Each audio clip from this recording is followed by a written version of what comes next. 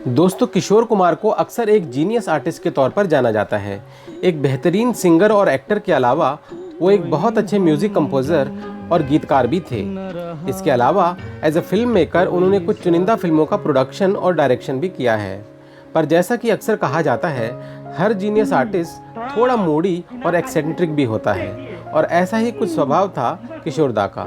उनसे कोई भी काम उनकी मर्जी के बगैर नहीं करवाया जा सकता था, पर जो काम उन्हें पसंद नहीं होता था उसके लिए सीधे सीधे मना करने के बजाय वो इतना अजीब तरीका इख्तियार करते थे कि कई बार सामने वाला हक्का बक्का रह जाता था। उनके इसी स्ट्रेंज और फनी स्वभाव के चलते उन्हें अक्सर भारतीय सिनेमा का मैड जीनियस भी कहा जाता है। तो दोस्तों, किशोर दा का ऐसा ही एक फ़नी किस्सा हम आज आपसे इस वीडियो में शेयर करने जा रहे हैं। आप देख रहे हैं आपका favourite YouTube channel singing emotion. दोस्तों, बॉलीवुड के जाने माने गीतकार और फिल्म मेकर गुलजार का नाम कौन नहीं जानता। गुलजार उन चंद बॉलीवुड पर्सनालिटीज़ में से एक हैं जिन्होंने किशोर दा के साथ अलग अलग मौक़ों पर कई बार काम किया है, कभी एज अ सॉन्ग राइटर तो कभी एज अ असिस्टेंट डायरेक्टर या फिल्म मेकर। इस वीडियो में हमने गुलजार साहब द्वारा शेयर किए गए किशोर दा से जुड़े 2 पॉपुलर इंसिडेंट्स को शामिल किया है। किशोर दा के साथ अपनी पहली मुलाकात का एक्सपीरियंस सुनाते हुए गुलजार कहते हैं, ये बात तकरीबन 1968 की है, जब मैं फिल्म डायरेक्टर देबू सेन के मेन असिस्टेंट के रूप में काम कर रहा था, जो बिमल राय प्रोडक्शंस के लिए 2 दूनी 4 फिल्म का डायरेक्शन कर रहे थे। 2 दूनी 4 इस फिल्म में किशोर कुमार और असित सेन दोनों का डबल रोल था, और फिल्म की कहानी विलियम शेक्सपियर के English play the comedy of errors पर बेस्ड थी। आगे चलकर 1982 में 2 दूनी 4 फिल्म को गुलजार साहब ने फिर से फिल्म अंगूर के रूप में बनाया था। गुलजार बताते हैं कि मुझे जो काम सौंपा गया था वो हर आर्टिस्ट को ये समझाना था कि कौन सा सीन शूट किया जाना है और उस सीन की क्या इम्पोर्टेंस है। वो कहते हैं कि किशोर दा को सीन समझाना बहुत मुश्किल काम था, क्योंकि उनका शरारती रवैया और शरारतें चीज़ों को और भी मुश्किल बना देते थे। पहले वो मुझसे पूरा सीन सुन लेते थे और बाद में जानबूझकर मुझे कंफ्यूज करने के लिए कहते, तुमने जो कहा वो मुझे समझ नहीं आया, मुझे दिखाओ कि इस सीन में एक्टिंग कैसे करनी है। उनका ये अंदाज मुझे कंफ्यूज कर देता था। अब भला कोई किशोर कुमार को ध्यान में रखकर लिखा गया सीन कैसे परफॉर्म करके दिखा सकता है। यहाँ तक कि मंझे हुए कलाकारों को भी ये काम बहुत मुश्किल लगेगा। तो देखा आपने, पहली मुलाकात में गुलजार साहब तक को भी किशोर दा के शरारती स्वभाव का विक्टिम बनना पड़ा था। लेकिन बाद में चलकर किशोर दा और गुलजार ने काफ़ी फिल्मों में साथ काम किया और दोनों के बीच बहुत अच्छी अंडरस्टैंडिंग हो गई थी।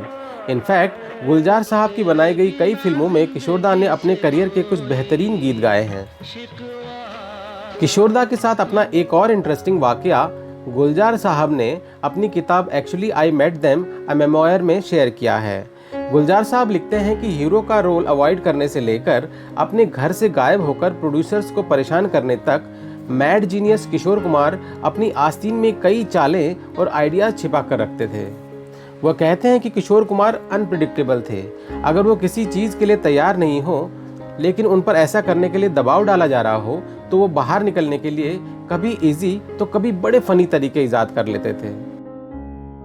गुलजार बताते हैं कि डायरेक्टर ऋषिकेश मुखर्जी ने अपनी पॉपुलर फिल्म आनंद पहले किशोर कुमार को ध्यान में रखकर लिखी थी। मैंने इस फिल्म के डायलॉग लिखे थे, लेकिन किशोर कुमार को फिल्म के आखिरी सीन को लेकर कुछ समस्या थी और वो इस सीन से सहमत नहीं थे, जिसमें हीरो की कैंसर से मौत हो जाती है। किशोर दा ने कई बार ऋषिदा को इस सीन को लेकर अपनी परेशानी बताई, लेकिन ऋषिदा भी इस बात पर अड़े थे कि सीन में कोई बदलाव नहीं होगा, और किशोर दा से जोर देकर कहा कि इस रोल को स्क्रिप्ट में लिखी गई भूमिका के अनुसार ही आपको निभाना पड़ेगा। फाइनली कोई चारा न देखकर किशोर दा ने ऋषिदा की बात मान ली, पर जब वो शूटिंग के पहले दिन सेट पर पहुंचे तो ऋषिदा और सारी यूनिट के लोग उनके रूप को देखकर हक्के बक्के रह गए, क्योंकि किशोर दा ने अपना सिर पूरी तरह से मुंडवा लिया था और वो गंजे हो गए थे। सेट पर पहुंचकर उन्होंने ऋषिकेश मुखर्जी से कहा कि वो अब शूटिंग करने के लिए पूरी तरह तैयार हैं। गुलजार लिखते हैं कि उनका हुलिया देखकर हम सब हैरान थे। और तो और किशोर दा पूरे ऑफिस में नाचते गाते ऋषिदा से पूछ रहे थे, अब तुम क्या करोगे ऋषि। नतीजतन ऋषिदा को शूटिंग कैंसिल करनी पड़ी और फिर बहुत कम समय में राजेश खन्ना को इस रोल के लिए फाइनल कर लिया गया। गुलजार लिखते हैं कि शायद किशोर दा कभी भी यह किरदार निभाना ही नहीं चाहते थे।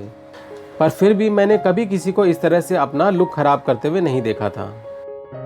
बहरहाल आनंद फिल्म बाद में राजेश खन्ना के साथ बनी और इस फिल्म ने कई अवार्ड्स जीते, जिसमें 1972 में बेस्ट फिल्म का फिल्म फेयर अवार्ड भी शामिल था।